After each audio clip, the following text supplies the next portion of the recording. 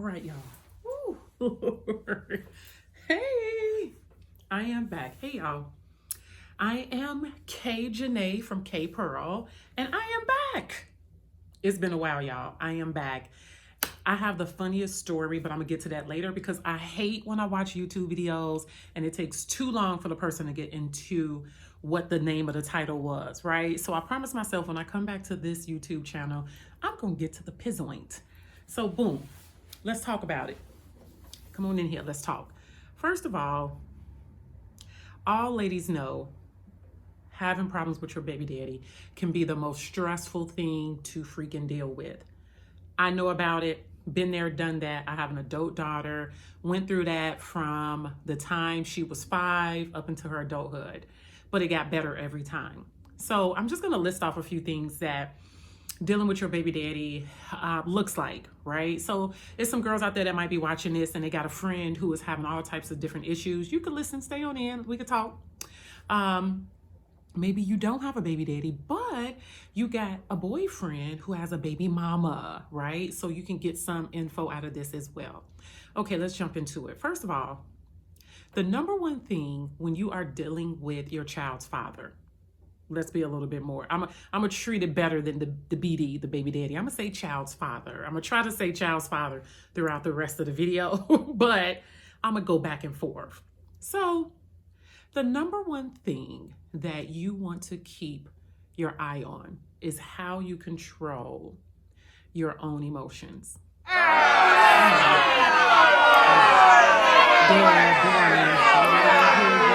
all him. He a trip. He tripping. He wilding. I know. I get it. You know what? Your baby daddy is crazy. I get it. In some instances, they are crazy. In other instances, it is a situation that has gone awry.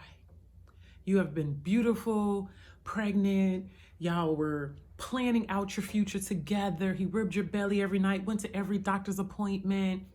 All of a sudden, the baby came, 6 months went by, and then boom, a year and a half started happening, and he started acting strange.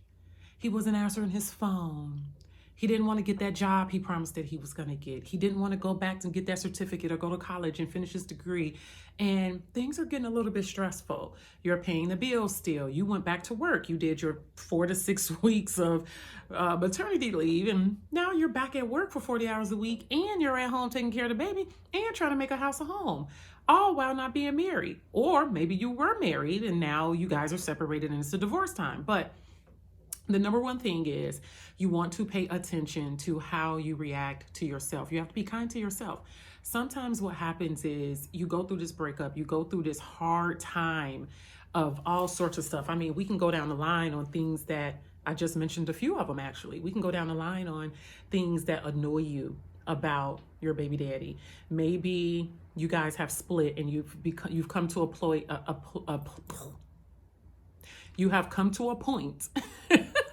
where you now know you want to do what's best for the kid, right? So you come to this place and you decide, we're just going to co-parent. You get the baby every other weekend or every weekend and, help me out. And, maybe you don't want to take him for child support or something like that. But here's what happens. After you play nice like that for a couple of years, and it's 4 or 5 years down the line, things start to change. You start living life in different ways, totally different from how you lived them when you were with him. And he starts living his life totally different than when he was with you. And everybody really starts going into their separate corners. That's when things really kind of expose. That's a new layer of exposure when you're dealing with your child's father. And what happens is at that stage, and normally this is the stage where people kind of get stuck. At that stage, you ultimately, and people aren't going to like this, you ultimately have to decide that thing that you were thinking about not doing because you want to keep it amicable, you want to keep it fake happy, you don't want to rock the boat a little bit, you're going to eventually kind of have to do. Whether that meant you're going to have to move across town because, it's better for you there, you're getting paid more money, it's a job over there, maybe you got to move out of town, I don't know. But whatever that thing is that you have to do to settle your own happiness and your child's happiness, you're going to have to do. Sometimes we stay in stage 2 of the process of co-parenting is because we don't want to make that decision that we know we have to make. For example, this can be making a decision to take your child to, take the child's father to child support, right? Oftentimes, child support gets a bad rap because it's normally seen in the Black community as being done as a revenge tactic. So it's like, oh, you moved on, you got a girlfriend and 2 other girlfriends on the side. I know this because I've been low-key stalking or whatever the case may be. And so now you're like, oh, well, forget it. I'm going to go and do child support now because this person isn't doing what I want them to do. Sometimes what happens is in stage 2, you realize that everything that you were afraid of happening is now happening. You're not as close to the person as you thought they were. Maybe that first year or 2 that, your baby was 1 or 2 years old, everything was fine. There's no big thing. You have a 1-year-old, a 2-year-old, it's no big thing. Now, your child is getting to 3 and 4 and things are changing as they should. Your child is growing, you're growing. And so you're trying to figure out things need to change. And so now it's time for that 3rd and 4th stage of changing where real permanent change needs to happen. And so you end up stuck in stage 2. And stage 2 is that I don't want to do what I was afraid I was going to have to do. And whatever that is, when you're listening to this right now, whatever it is you've been sitting on as far as an action that you need to take, you might be in that stage where it's time to take that action. It's time to protect yourself, whether that's physically distancing yourself, whether that is getting the assistance you need, whether that is making the phone calls you're supposed to make, whatever that action is that you're sitting on right now, when it comes. Okay, sorry, y'all.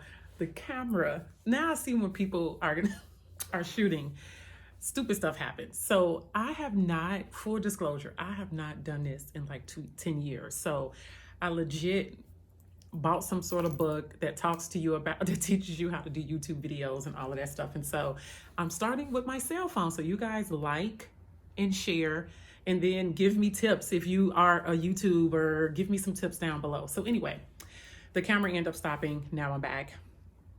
Anyway, so what I was saying was to take control of your own emotions about what you thought was going to happen. You're definitely going to have to do that thing that I was about to curse. I don't even know if I can curse on YouTube, but that thing that you have been avoiding doing, it's at that point now. You're going to have to do it. It's the hardest thing where you just have to really fully wash your hands of a situation and look directly for you, because it's the last part of letting go of a situation, or letting go, even if it's a situation you don't want to be a part of. It's so hard to let go of something completely and wash your hands of it and not know what's going to happen next. Not knowing, is this person going to hate you forever if you go do something like put them on child support? Is this person going to, at the end of the day, it's the hardest thing you're going to have to do, is make decisions based on how they're going to affect your child and how they're going to affect you. Absolutely. You're going to have to do it. I'm sorry. I know you probably wanted to click on this video and hear like some sort of cute tip about, make a phone call first and then be super nice, or some sort of like cute little tips on how to deal with your baby daddy. The best way, eventually you'll get there, on dealing with your kid's father, is doing the things that are going to be best for you in the long run. You definitely want to consider other people in whatever decisions that you're going to make, but ultimately, no one's going to come see. Okay, guys, don't kill me. Like I told you, I have been away for 10 years and my phone just kept acting up. I had to leave and go cook dinner because I'm on a diet today, because your girl trying to get snatched. Okay, your girl is still single. Whole other video I'm gonna do on being single in your something age. Okay, you don't need to know how old I am. Anyway, so back at it. So I just want you guys who are dealing with your child's father and you're having some issues, you're basically, remember this, That one decision that you're going to try to make, that you've been avoiding to make, you're probably at the place in your life that you're going to have to make that decision. Whether that's completely cutting off, whether that is, regaining your own space. Maybe that means you've been putting off going back to school for a while. Maybe that means you getting extra help. Maybe you need somebody to watch your kids on the weekend. Whatever that is, you're probably, just think about if you're being pushed, forced by the universe, God, Buddha, whoever, if you're being pushed out of this small little comfort zone to move into bigger territory. So sometimes the universe does things to kind of squeeze you out of your comfort zone. And that could be where you are when it comes to your children and how you're relating to your child's father. You two have either 1, 2, 3, 4 kids together. That's something you guys have together. You can still honor the relationship by also honoring yourself. You have to honor yourself first. It's just like the lady on the airplane that says you cannot put the mask on your child first. You have to put it on yourself, then you have to help your child put it on them.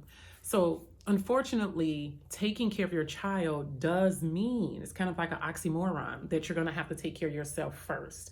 So this is my first video out of hiatus for 10 years.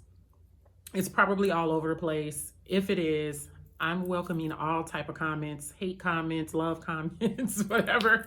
So I can get some feedback and, kind of brush the dust off a little. Hey guys, let me just apologize to you guys. I know that this was an editing mess. Like I mentioned, it's been 10 years since I have made a video. The first video was just kind of like ancient, okay? But I just want to pop in and apologize. The next video, I promise, is going to be a lot more seamless. Just doing this one video really taught me a lot on how to come back to the drawing board and do it better the next time. And really, in this video, I kind of talk about that when you're dealing with changing the relationship up with your child's father. It's going to be a little shaky. It's going to be messy a little bit, probably. It's territory you may or may not have ever been in before. So the whole point of the video is to step out on your own faith, handle your emotions, and try to figure out what to do that's going to be best for you first, and then that's going to benefit your child. So I hope you guys accept my apology from this hot of a mess edit. So you guys in the comments, let me know if you've gotten this far, how you guys worked on editing your video. Like I said, welcome to all feedback. Thanks, guys.